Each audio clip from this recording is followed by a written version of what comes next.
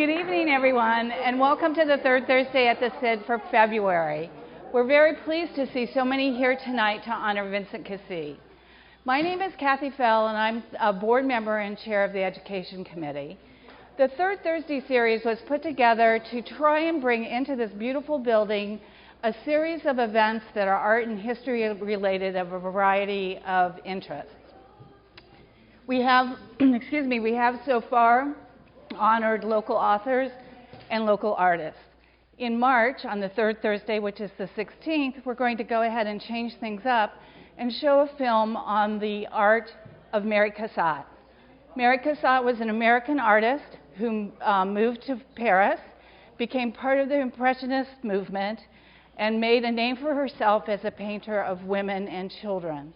I hope that you'll come on the third Thursday as we learn about this very inspiring American artist. It's my pleasure to introduce to you Cindy Hammond, the president of the board, as she has some remarks to tell you. You have to hand me that. Great. We're going to all have to keep tapping around this mic. And it's for Nick McClellan's video. He's doing a video of this tonight so that I can keep it forever and so that my children can see what you all have done tonight. So this is the sound that goes with his video, so we turned it off because it was back feeding so good. Tonight. Yep.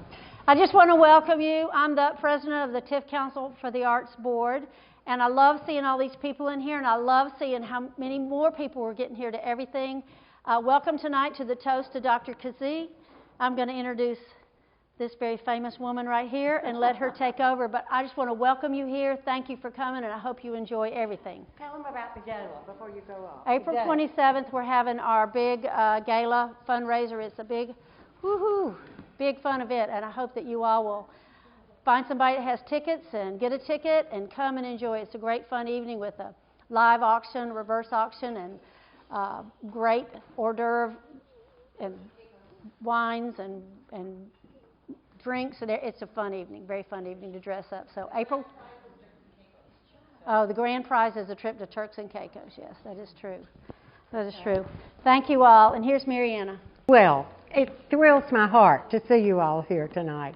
I see friends from a long, long, long time ago. I see new friends, and I see students, and I see helpers, and I see the board for the Tifton Museum for the Arts, without which none of this could have been possible. If you look around the back table, all of the ladies in the back around there have helped make this possible tonight. Laurie Bowen and her husband, John, I couldn't have done this show without them. She's been my right-hand gal. Deborah Redlinger is in charge of all of the food tonight. Beth and Bunny have been here a long time. Abby has been here, and they've been cutting up fruit and putting out ice. And Lisa Gibbs, wherever she is, there's Jeff with her. She and Bunny washed all the champagne glasses, and they will wash them again. So we really have them to thank. The whole purpose of tonight is for us to honor Vincent and to say things about him. And I want to begin with a toast. And my toast is a three-pronged toast to Vincent. The first prong of the toast is, I'm grateful to him for asking me to accompany him on life's journey almost 55 years ago this month. 55 years ago this month. The second prong is to thank him for being a wonderful provider and husband and father to our two children for over half a century. And then the third prong of the toast, and this is probably the most fun, is that Vincent painted me several times. I was cheap and I was available. But every time he did, he made me 20 pounds lighter and 20 years younger, and for that I am grateful. So the first person to toast tonight is Steve Rigdon.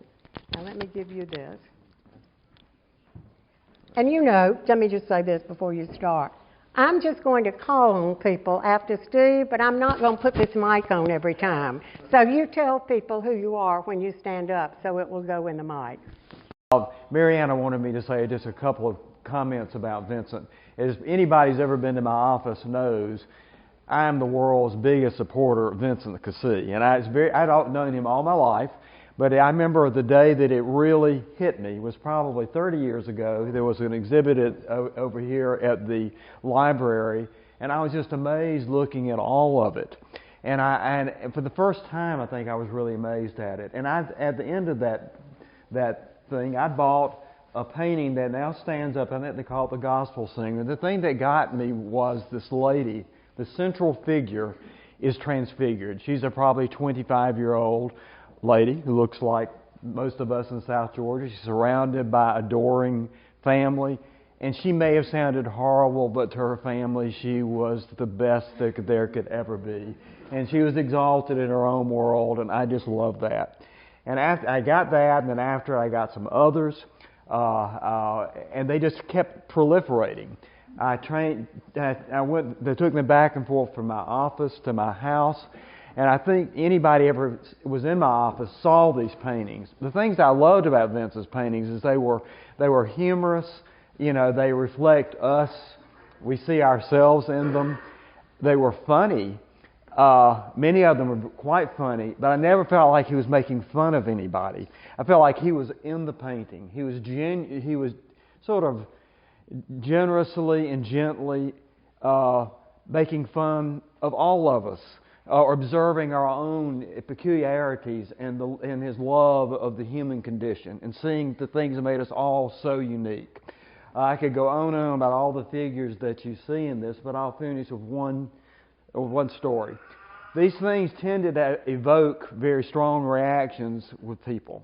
There was one particular painting that I had hanging in one of my examining rooms, and it was where you sat on the examining table. Richard, somebody, probably others have seen this.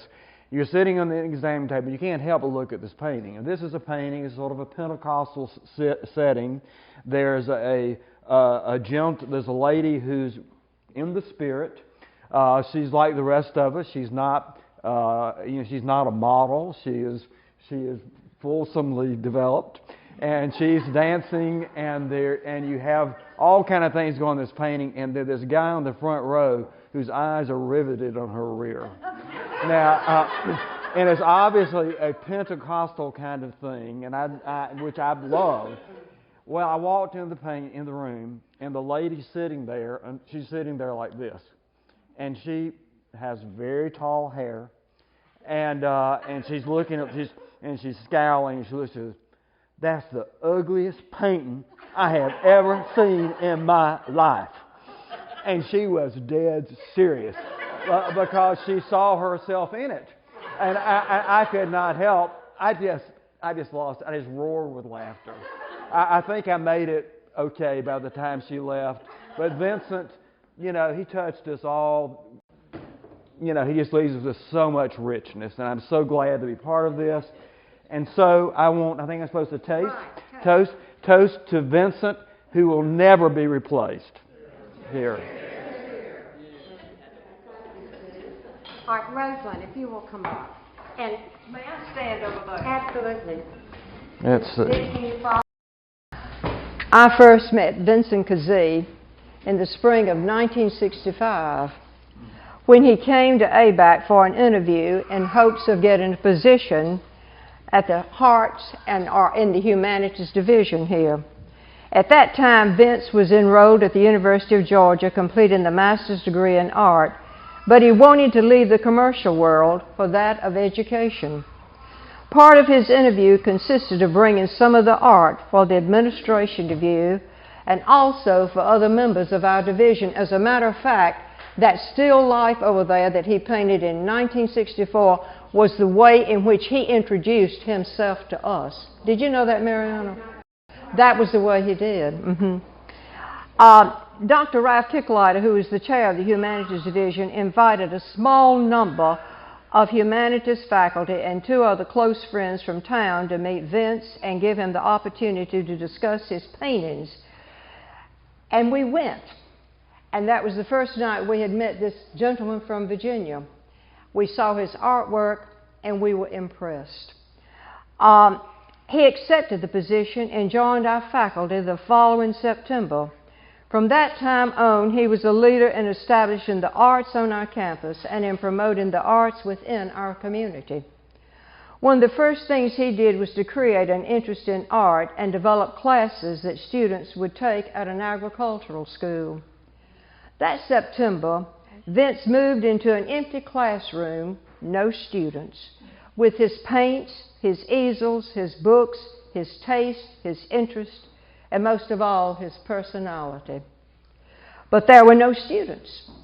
He began, however, working and cultivating individuals, so within a short time he established the ABAC art program, and students began to major in art.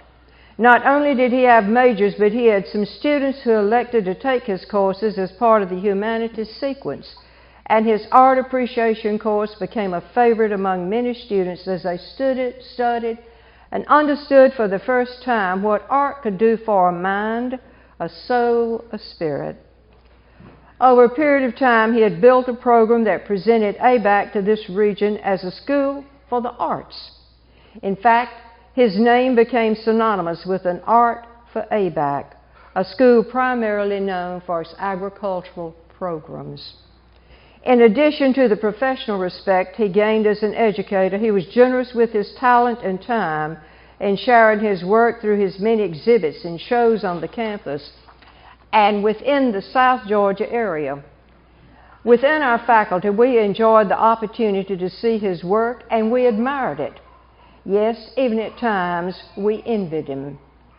For a few lines from his pencil or pen meant a design that stood for true art. Over the years, he achieved much recognition for his paintings, and today there are many people who can boast of having a Vincent Keesee in their possession. Within our own campus, we often took him for granted if the school or our division needed something done for a brochure, a pamphlet, or whatever we were involved with. Vince could be depended upon to give us the lines that distinguished our project and gave it a special touch that transformed it from the ordinary to the extraordinary.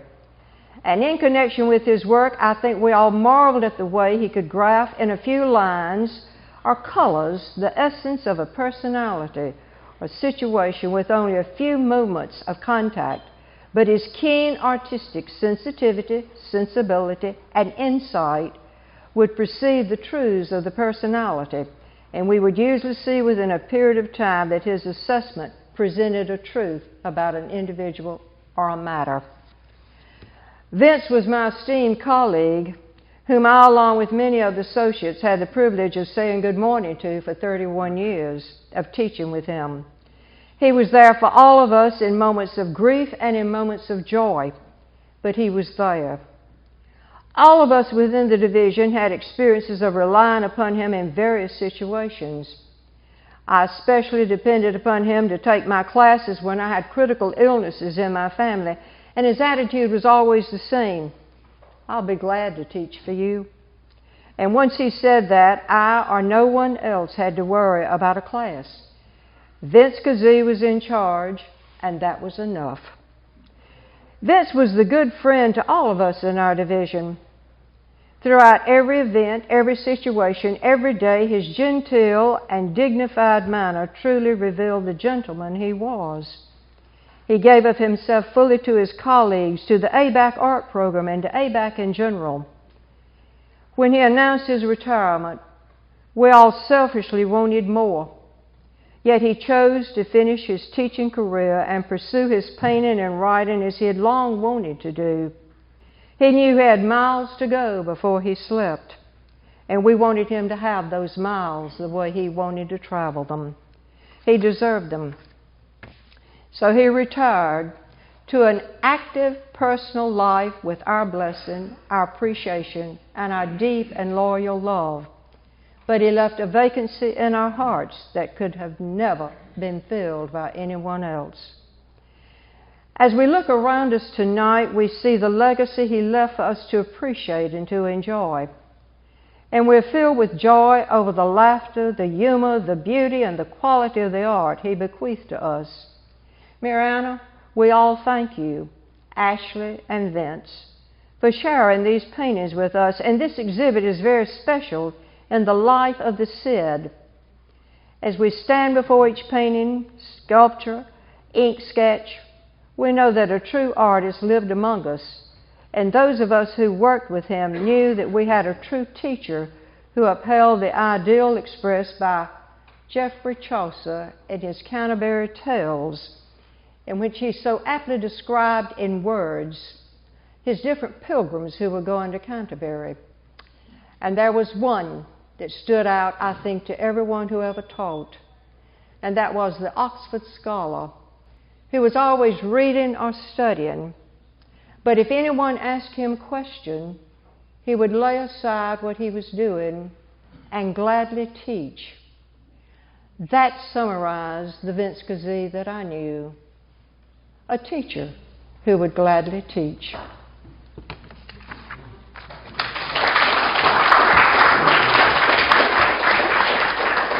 Okay, this was one of our fun trips. We had a special group that traveled together, and we would get together every year and throw in destinations and then vote and decide where we were going that year.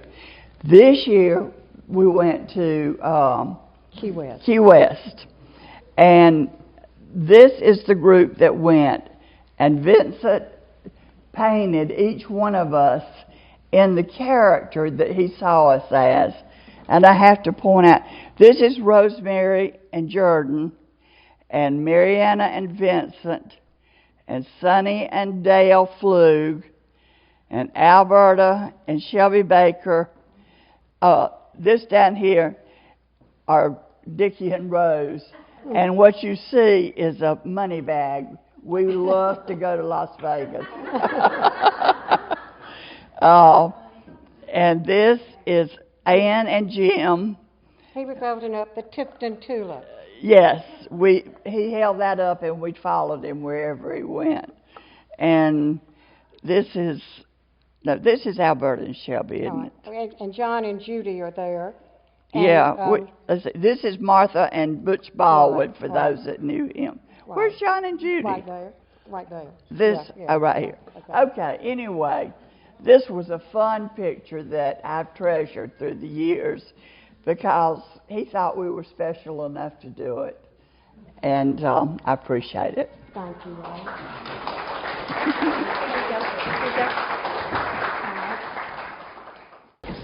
This is Dan Veal.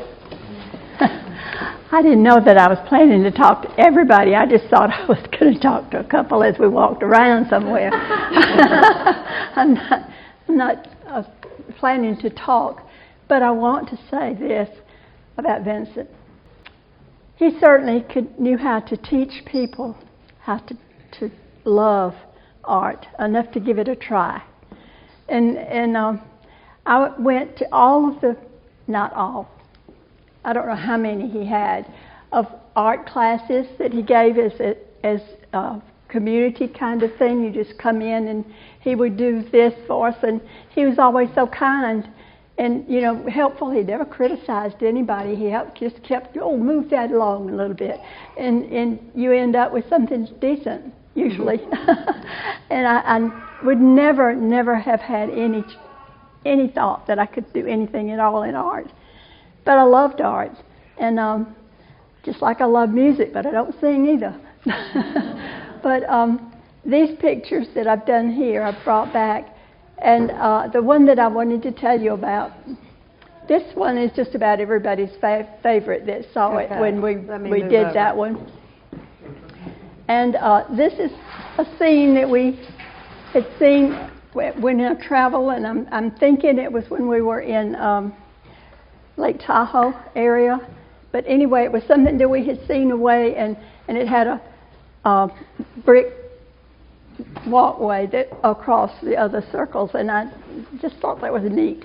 So I took a picture of it, and then I came home and painted it, and worked with Vincent some in that class. I always did work with him.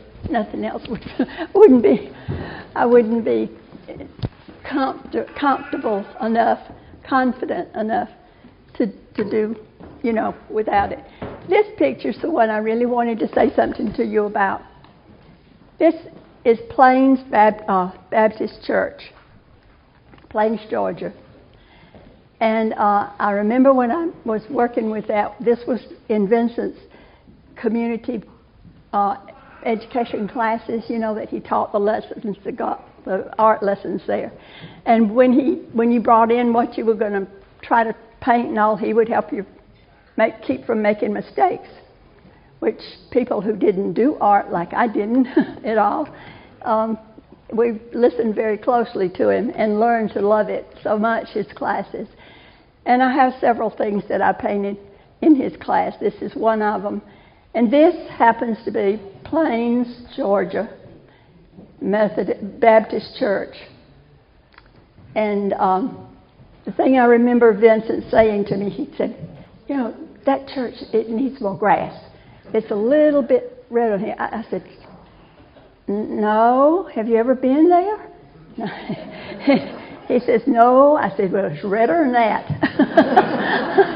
It's all the red clay in the world around that particular building. And, people would walk in on the red clay. We probably added a little green down here just for Vincent. But this one is one of my favorites because of what it is and because of my parents. My father's people came from Plains, and all of them attended that church. And so, that was something I really sort of cherish. But I thank Vincent too, because I never would have had that without him. Never ever would have put a brush. That's it. I'm sorry, I taught physical education for so many years, I doubt that anybody could not hear me outside. So I really don't need the microphone. The first story I want to tell you is about my daughter. My daughter was an art major, but not at ABAC. She was an art major at FSU. And she, yeah, go Knowles. And she knew Dr. Keesee, and Dr. Keesee had heard of her through family connections. And he asked her if she wanted to have an art exhibit at ABAC. Well, she didn't do art like this. She did photographs. And she brought in a whole bunch of her photographs, and Dr. Keesee set up an exhibit with her photographs. She sold, I don't know how many of them, but Dr. Keesee bought one of them. And this was a very special thing for her because it made her feel like she was accomplishing something. So he touched our family that way through my daughter. But he touched our family through me too, because Dr. Keesee provided the illustrations for the only 3 children's books I have ever written. So all 3 of these are Dr. Keesee's illustrations, and it is Reading Comes to the Hollow Log School, Sam Gets to Fly, and Sam Stewart Plays Baseball. Now, these are what I want to show you, because these are the actual things that Dr. Keesee did. Can you see them at all? Would you like for me to pass them around a little bit? I don't mind doing that. Just hold 1 or 2 up and hit the camera. Yeah. All right, this is the Hollow Log School Place area that you can see. And this is one of the students in the school. She's dancing around. She's having a good time. And all of the characters are very, very unique. Now, I am going to show you a couple of pictures of my favorite character, and I will let one of them go this way and one of them go that way. In the second book, Sam Gets to Fly, one of the little frogs says that he has always dreamed about flying. And so he meets up with Agnes, the fairy god frog. Agnes the fairy guide frog says, well, if you really want to fly, I'll see what I can do. So Agnes has him swap places with a bird that really wants to swim. So for 24 hours, the frog gets to fly, the bird gets to swim. Except the bird doesn't know anything about the dangers of swimming. Like running into an alligator. And the frog doesn't know anything about the dangers of flying.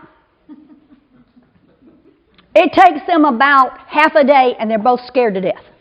But they can't go back for 24 hours.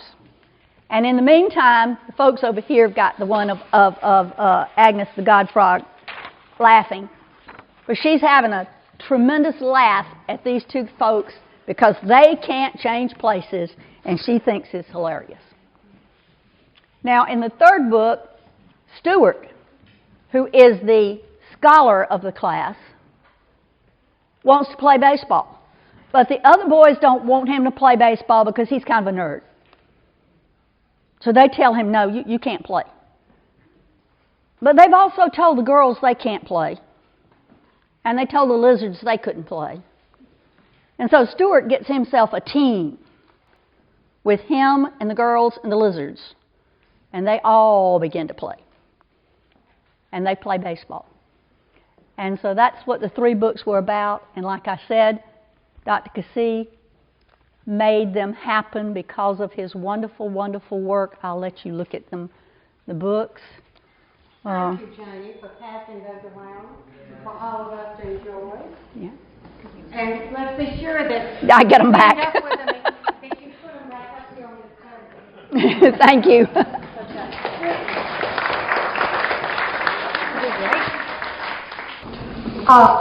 Richard might mention this, or he might not, but one of his paintings that he owns that Vincent did is hanging in the show. Vincent was a recent friend of mine. I've known him for the last 10 or 12 years, I guess, playing bridge mostly. He and I, or actually Mike Lee and I, are the remaining survivors of the Men's Bridge Club in Tifton. One of the things that we have spoken about many, many times are the things that Vince taught us.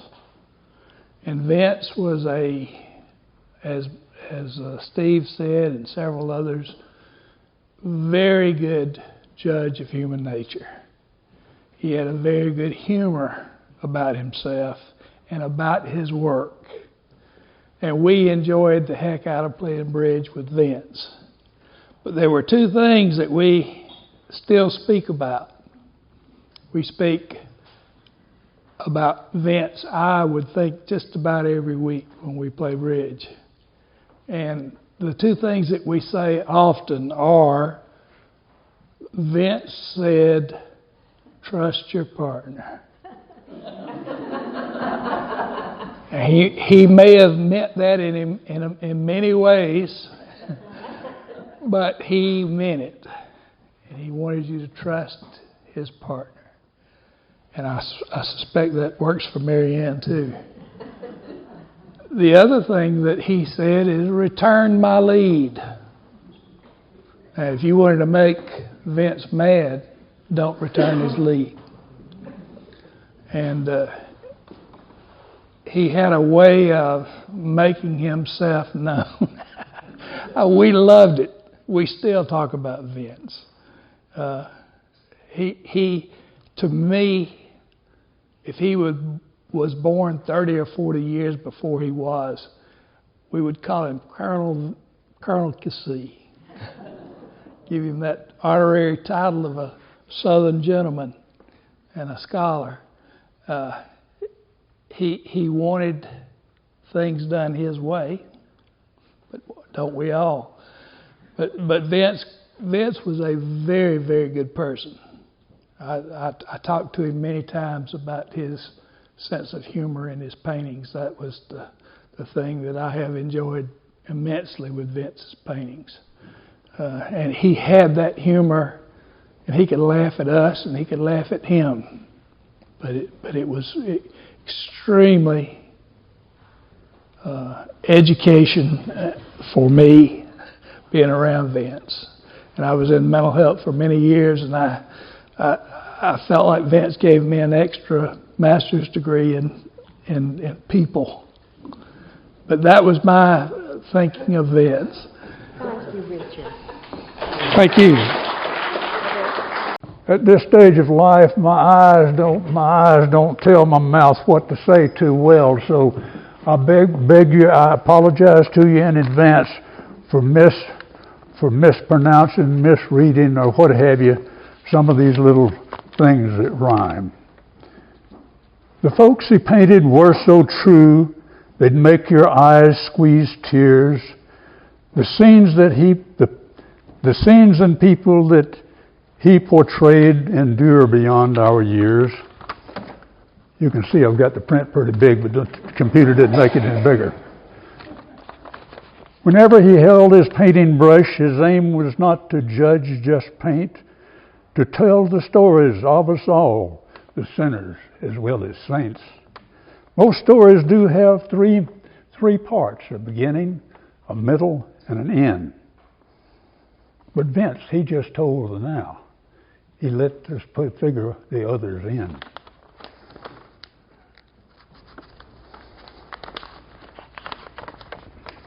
Takes longer to turn the pages than it does to read them, doesn't it?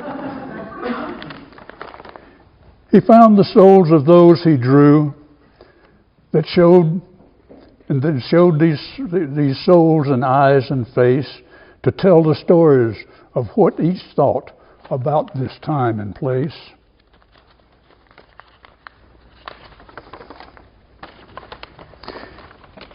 He oft exhibited his works at gatherings here and around, and took the time to address the crowd to tell what he had found.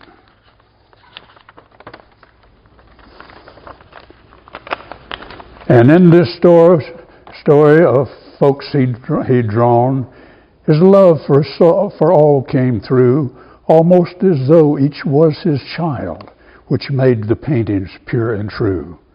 On his work, Hallelujah, which I don't know, it's here somewhere, but that's on the cover of the book. In his work, Hallelujah, Vince would probably say, the sermon shouts his crowning point. In the story that he just told, the young man in the red baseball cap agrees with all his soul. The problems he has had at work have just been swept away, and now just all he has to do is try again another day. While next to him, his dear young wife attends to earthly needs and coos the sound of the little boy's name as lunch to him she feeds.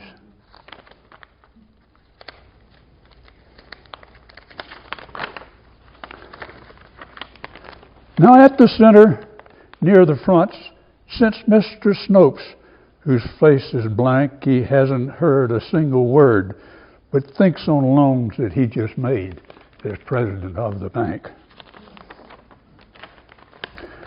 While at his right, a maid called Sue attends his firstborn son, yeah, that's right, and tells the frightened little boy, hush, honey, these folks ain't mad. They's just found religion and they's having fun. And don't forget the big gal in the back. She's heard the word but scared Snope's son, shouting, hallelujah, hallelujah. I'm plumb filled up with joy. Hallelujah, amen. Most subjects were the rural South and simpler times now gone. The folks he saw, the things they did in town, at church, or just at home. His legacy is work well done. He's preserved our folks, our time, our place. Hallelujah, that Mariana and he put these stories into place.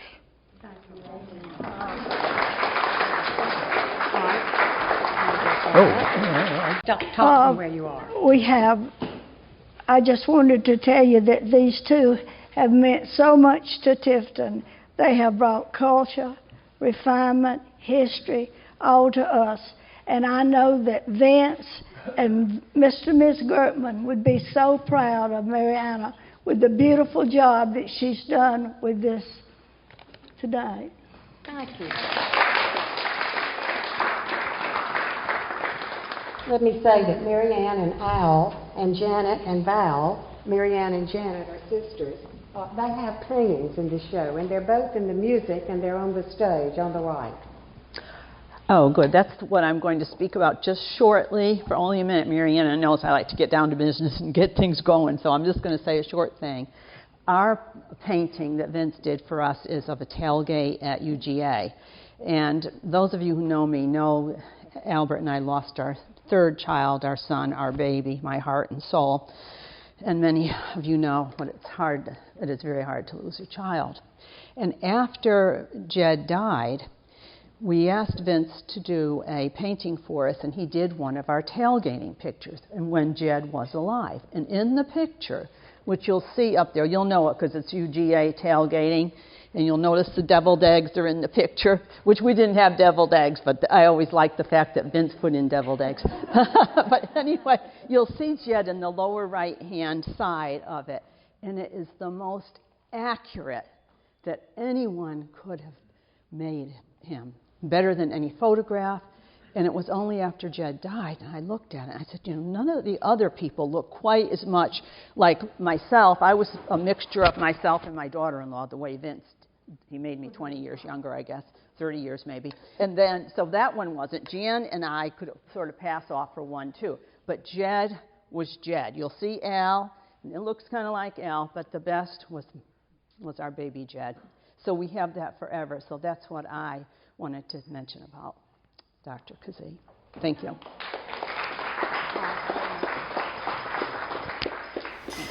I'm going to pass this off to Susu. Oh, well, this was a gift from Vincent. Marianne and I had been on a trip to France, and we were working as,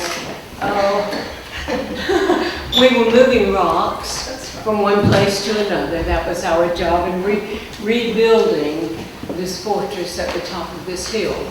And after we'd been home a while, Vincent presented me with this, and it's just really special. It doesn't look like his other things, but it was just a gift to remember a special time.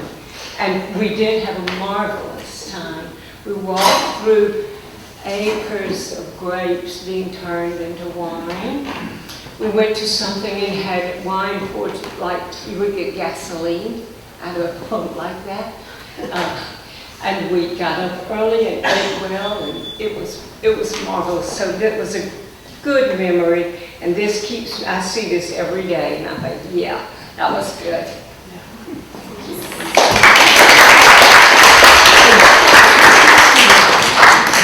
Hello, my name is Sonny Bird, and that is Susu, and some of you I know very well. I just don't know who you are because I don't recognize you, and you might not recognize me. So it boils down to this. I'm going to introduce you. I've not been watching. Let's see the pocket. We need it out of his pocket.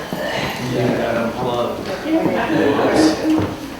Hang on one second. Let me make sure it gets back in the right spot. What you heard. On the side. You want me to use this? We're good. Both like this? Well, this just records you on the film. Okay, talk to that. Anybody listening? Okay, all right, I'll give it a go. Person did talk speech and drama, all of a sudden I don't know what to do. Gosh. The marvelous trip, that was what Susie was referring to in France. Marvelous trip, I'm going to refer to that in Vincent and Sonny in Atlanta, having fun. And that is that Vincent, and along with Sid Blackmar, are at the Georgia State Convention for, I can't think of the name of the phrase, but it's basically the organization for the arts in Georgia. The Georgia Art Commission, something like that. The other is, I'm on the other side of Atlanta in a way, at the Georgia Theater Conference, having fun and all that. Now, the bottom line was that at the Georgia Theater Conference, there was an actress And now think about, go back to watching television in the early and mid-70s, an actress on the program Mannix. And on Mannix had a Afro-American secretary, very attractive African-American secretary, who and also won 2 Emmy Awards for her performance during that series. Now, my point is that, I'm trying to see if I can be delicate about this. It boiled down to this, that I got to know her during the convention. I can't even think of her name. I got to know her during the convention, and in so doing, saw her later on. And Vincent saw her later on, because we went to Mammy Shanty, not Mammy Shanty, it was one of those restaurants. Yes, I'll buy that. And we're at the restaurant. We walked in, and I saw her, she saw me, and it boiled down to, gosh, it's so good to see you, and she hugged me. Vincent saw that. And so as soon as because I had told him, I knew her, because I was walking over there, so you don't know her. You don't know her. I said, watch me. And I walked over there, so we did the little deal, and we hugged each other and all that. And I said, listen, by the way, I want you to meet the fellow that's over here with me. We're at the Georgia Theater, the Art Association. And when following that, she basically said this. She says, no, I see him, and I want to meet him. So, sure enough, we walked over there, and she and this actress, again, whose name I just can't think of it, just Google it, Mannix, 1973 or something, gave him a hug. And Mariana, you've never known this. I've never heard this thing. You've never known this, but he gave her a hug back. And in so doing, that was a memorable moment in my mind, because it is there in concrete, both personally as well as in friendship with someone else who was with me. So that is a memory that I have. Now, I have stories to tell about Vincent as a fellow faculty member. We did the same building. We did a lot of stuff together. But that's my memory in terms of having nothing to do with academics, even though the intention was academic. Have nothing to do with ABAC, even though we both were on the faculty at ABAC. But what maybe some of you don't know is that he graduated in bachelor work at Richmond Professional Institute in Richmond, Virginia.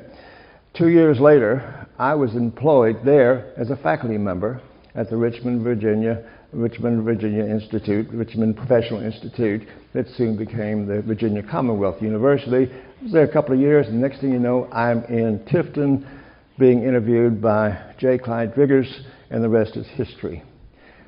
I have good, fond memories of Vincent, and I can get emotional if I want to. But the main thing I want you to know is that he was a terrific person who could just roll with the punches, and he exhibited that very nicely on our brief stay, 3 days, and Sid was also involved in a little bit, and that was, we had a great time of doing everything we wanted to do in Atlanta within reason and have nothing to do about talking shop. And that is what we were grateful for. Thank you very much. Okay. Vincent, you've heard so much about him already, and there's not a whole lot for me to add at this point in time. I tried to remember when I first met Vincent and Mariana, and I can't remember it. I don't know what's happened in my memory, but I really cannot remember that right now. But it's been forever. We were friends forever, is what it seems like. I think so. I think I have 7 of his paintings. I'm kind of getting them like you do. And I love every one of them. Everyone is so special. In fact, there's 2 here, and I have missed those pictures. There's these 2 big blank things on my wall, and I can't wait to get them back. But I think about Mariana and Vince, and I think about the fun times we've had together. And I will tell you this, my 2 oldest daughters took every art class they could when Vincent was teaching art at ABAC. And they dearly loved him, and neither one could be here tonight. They both would like to. Yeah. Vicky's in Nassau and Biddy's in Atlanta, so neither one of them could get here. But he has been a part of our family for a long, long time, just a part of the family. And there was one funny thing. He told me one day, and I'll tell this quickly, that he was going to paint a picture of my house. And Mariana was sitting across there, and she looked at me and she said, because I knew that Harold Chambers had just painted a very pretty picture of my house. I didn't say anything. I said, okay. And so maybe 2 or 3 or 4 or 5 weeks later, he said, I'm coming out. Mariana brought an easel. She put the picture on the easel. She covered it up. And then they uncovered it, and I cried. It was a picture of my house, and it's out there. But it was a picture of, as my children say, it's a picture of us in La La Land. All the children were out there, and the horses and the dogs, and Bill had a big hat on, which he liked to wear. But he had on a shirt that I told Vincent, I said, you know Bill would never have worn that shirt. That's for sure. But I miss Vincent. I'll always miss Vincent. I think about him every time I walk through my house and look at those pictures. But I still have Mariana. Thank you. Oh, you would like to take this back? Yeah. Yep. Well, I'm Mary Alice Applegate. Y'all know me also as Mary Alice Coons. I took so many classes from Vince, and I went through boxes trying to put dates on everything. And I know I think I took one class in the 70s even, and then took several classes in a row in the 80s. And I've got to just talk about some things that I want y'all to know about as a teacher. And a lot of you have already said that. But he did really do everything he could for you to feel comfortable trying it to begin with, and to make sure you felt good about it when you finished it. So I want to reveal one of my early paintings. I'd done several classes doing still lifes, but I wanted to do a portrait of my sons. And I had a photograph that wasn't great. It was sort of faces all in shadow, so you couldn't really make out features too well. But so this is what I did in his class, and what I want to talk about it as a teacher. You learn from your paintings whether they're good or bad, and you take pictures of all of them so you can go back and see what you learned. But what I want to say is that his hand is in this face. I said it was a picture that wasn't great to work off of as a portrait, because they were all in shadow. You couldn't really see their cheekbones and things like that. But Vince did a little work here. I can see that lightness here and a little bit on the lip that sort of made it fuller. And, that's the kind of thing a good teacher, everything else is mine, but he really pulled out the features that happens to be Patrick, who's now an attorney here in town, and my other son Nelson Coons, who's in real estate, and of course their dog Red. And then since I've been back, I did another portrait of Nelson's twin sons on the same steps with their puppy, and so I didn't bring that one. It's on the wall at their house. But I just wanted to say that about him wanting you to succeed. Now, the next point I want to show. I said we started out doing a lot of still lifes. I mean, that would be the easy way to get started. There's not as much pressure. You feel pressure when you're trying to do a portrait. So this is one that actually Vince did in class.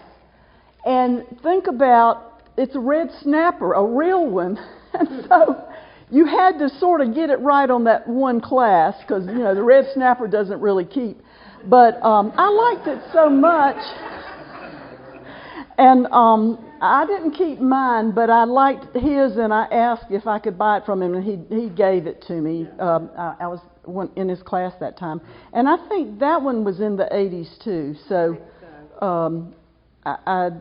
86 or 7, something like that. So that's dedication. So let's see. I brought some other things. I wanted to just hold that. Okay. After taking a lot of non-credit classes, I did go on to get an art degree, and I took credit classes from Dr. Keesee.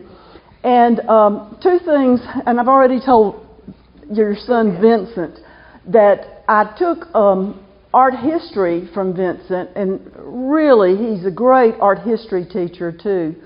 it turned out I transferred to Valdosta State, and they would not count that. They would not let that class count as credit. So they made me take it again.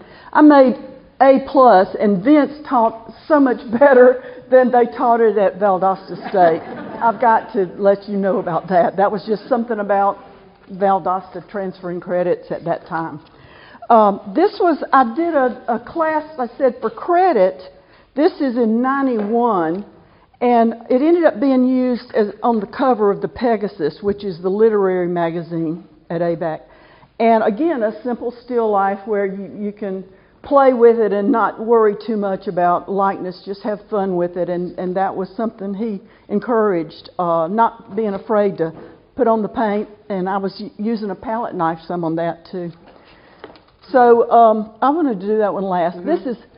There's so many things you don't know about Dr. Keesee. Everybody has these stories that they share that I'm sure the public doesn't know.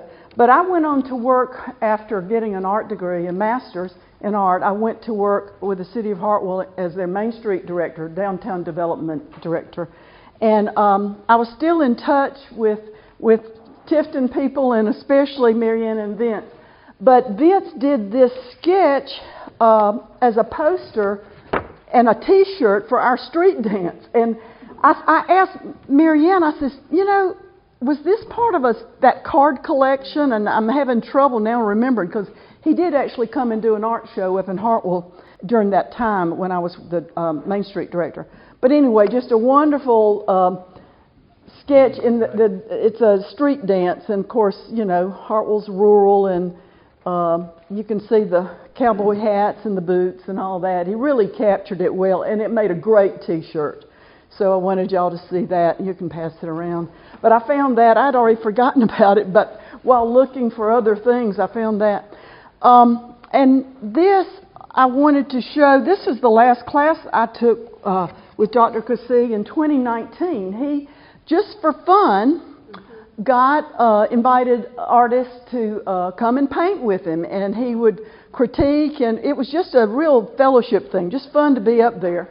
But, you know, we're all giving toast to Vince tonight, but I want to give a toast to Mariana on this particular series of classes. She made sure he got up there, and she even baked cookies or brownies or whatever. It was really fun, and so here's a toast to you, Mariana, to Mariana. So, oh gosh, there's so many other things, but I did want to say something. I don't have the sketches or anything to show you, but a lot of you are, you know, we're all really proud of the Ruth Asawa Community Art Project. That's the mural down at the Atlantic coastline, you know, the railroad depot, the wall. Well, you may not know this, but all the little vignettes were actually based on Vince's sketches. And I had an article about it, and I don't have it now, and we'll dig it up. She gave it to me, and I can't find it. So, but you know, when the residency happened, a lot of the students, the children worked on it. But when I got back, I was in Iowa at the time. It was summer of '96, and the project wasn't nearly finished. And so Vince went down there, and I joined some other artists, worked on it way after Ruth Asawa had left, and it really turned out nice. And but his hand is in it. So I just want to say that, you know, I'm already feeling a little sad that when this exhibit goes down, we're all here just feeling so good and heart just bursting with appreciation. But his hand is still in our town. You know, go to that wall and see the little sketches. Go to the City Hall where they have the Citizens Art Collection. He has a wonderful painting on the second floor, or maybe it's the first floor now. I'm not sure where it's hanging now. I need to go and check. But he's still around, and his hand is in Tifton, and just we're all so appreciative. Thank you.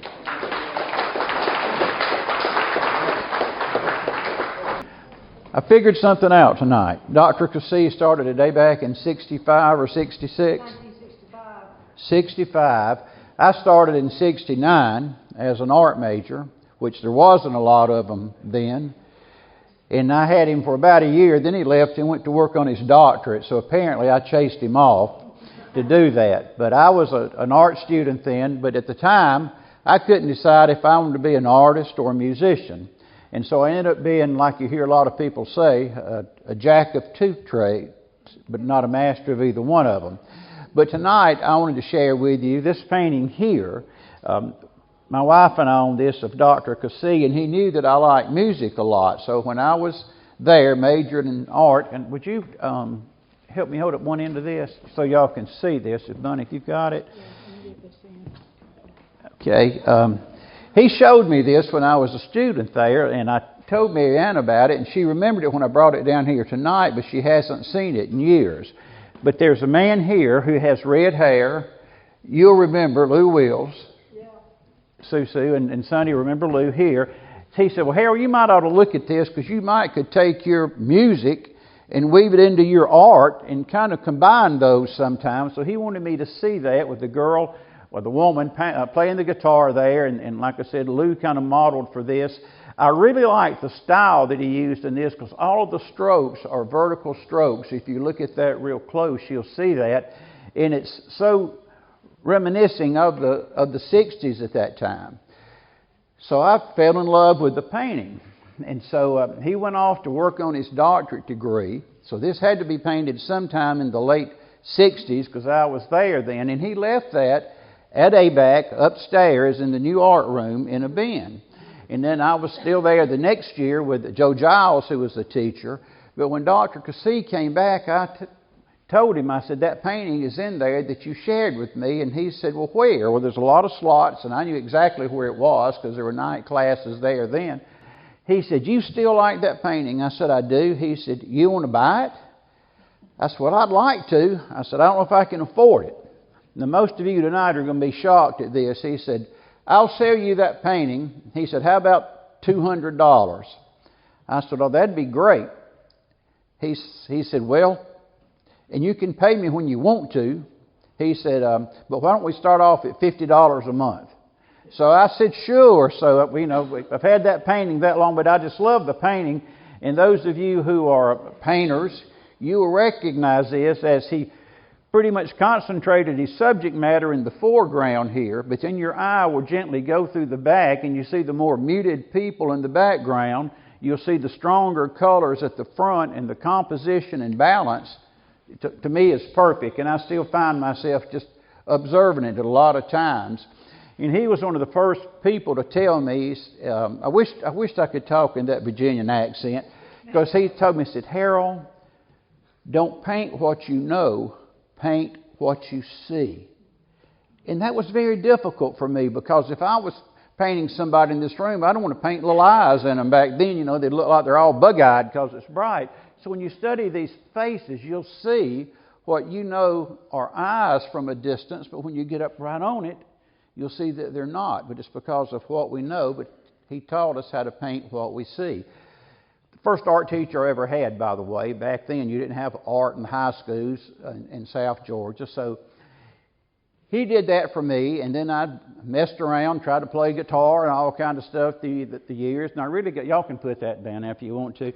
I got to the point where I'd only paint on commission. I think occasionally people would ask me to do that.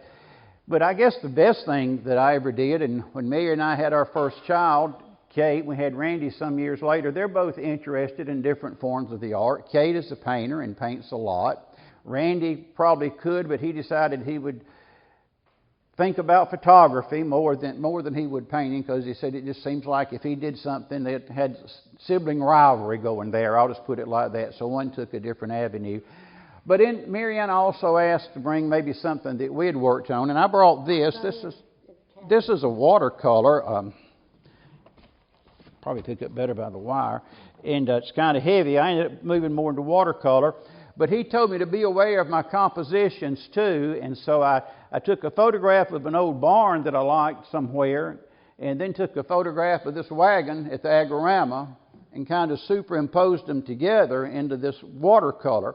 And Vince didn't do a lot of watercolors, but he encouraged me to, because he knew I liked that medium. And a lot of you know I'm not really good at lighting in one place very long. I kind of have to move around. In watercolor, you do it, and what it is what it is. You don't go back and fix it. It's just what it is. And so I wanted to bring that and share that tonight to show that he had a lot of emphasis on that, because he really encouraged me about composing your artwork and make sure if you don't like the elements, move them around. So if y'all want to, I know that thing's probably heavy, but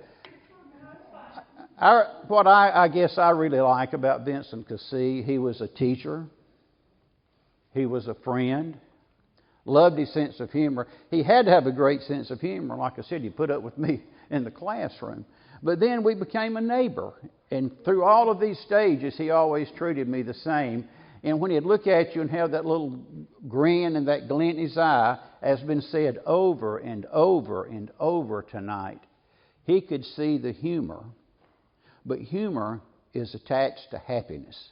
So he could see all of that as he was not only observing it, but he was a part of it. And he knew that. And he was very proud of that, and I think very proud of the impact he had here, and very proud of our community that he loved a lot. And I'm sure, without a doubt, very proud to be in love with his lovely wife, Mariana. So thank y'all very much. I want to just make a couple of comments about Vince. I never expected to interact with him in any way in art, but a couple of years before his death, I was writing a memoir and a book, and I had been interested in one chapter where I was talking about a crossroads grocery store as a part of a community, and wanted to give that flavor in the rural South as I was growing up. Someone sitting around on the front porch with their legs dangling. I thought of Vince, and I thought, well, that would be a real addition. But when I started talking to he and had a visit with he and Mariana, they took a real interest, and I'm thankful for it, for the book, because they both made major contributions. And I would have, if I'd thought about it, I'd have brought it. But what started out is the idea of having one chapter with that one sketch. I just wanted a little black and white sketch giving that flavor.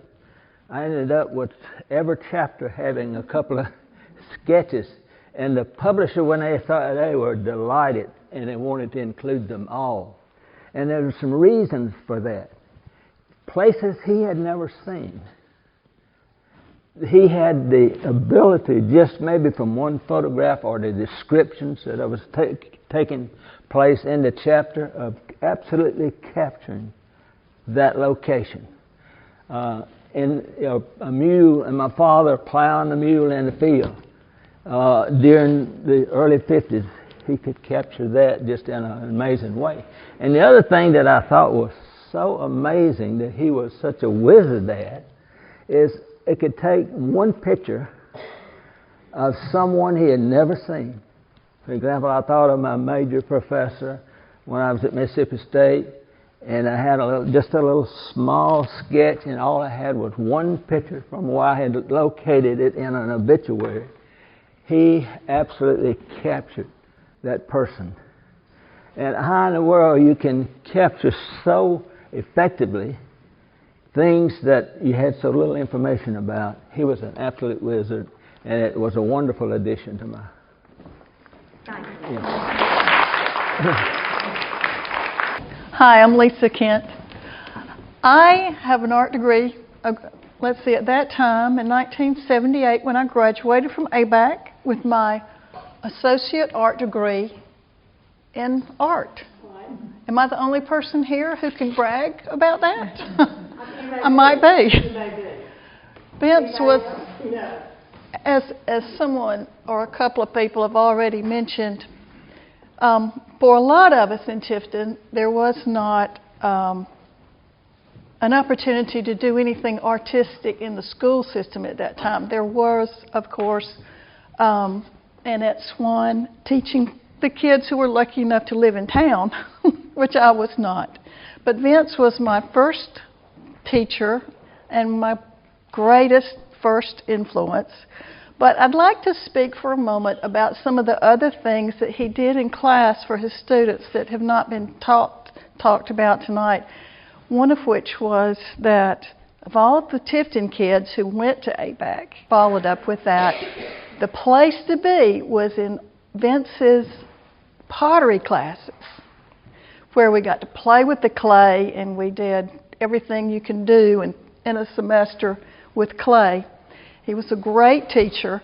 He had absolutely no problem walking into the studio while we were supposed to be, and we were working very hard because we had to produce X number of items that were good enough to fire in the kiln. And he had no problem walking in and cutting something off the wheel somebody was working on, or taking another piece that particular student thought was wonderful and throwing it rather unceremoniously into the slag pile. But what we learned was that not everything we did, that we completed, was as wonderful as we thought it was.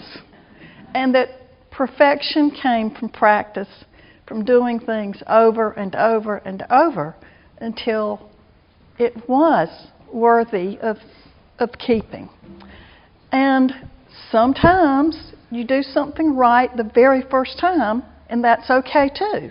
And it's okay that if you come up with something that's perfect in art, you may never have to revisit it again because you have completed and made something perfect. But if not, just keep on.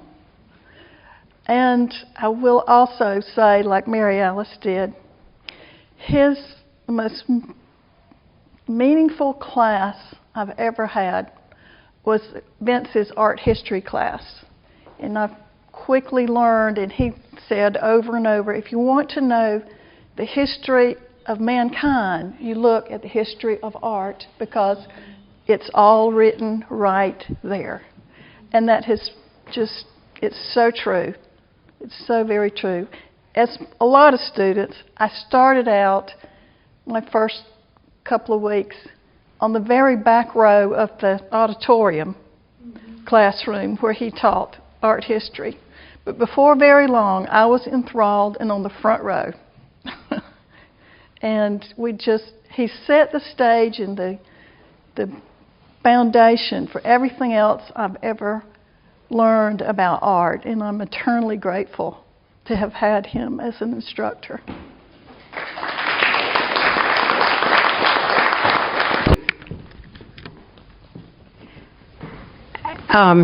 Vincent did paint what was around him, and I think that the quote by Child Hassam on the poster at the front door on his easel sums up what I think about Vincent's art, and that he will be remembered for the simple things that he painted all around us. And Walter, in another one of the poems that you wrote about Vincent, you said, he painted us all. He got us right, warts and all. So I want to thank you all for coming. I appreciate your support for Vincent. I appreciate your thoughts, for sharing them tonight. My children will love this and cherish this, as will my grandchildren and their children. It'll go down with the Keesees as part of his history, and I thank you all. And go have some more pound cake and Prosecco, okay? Prosecco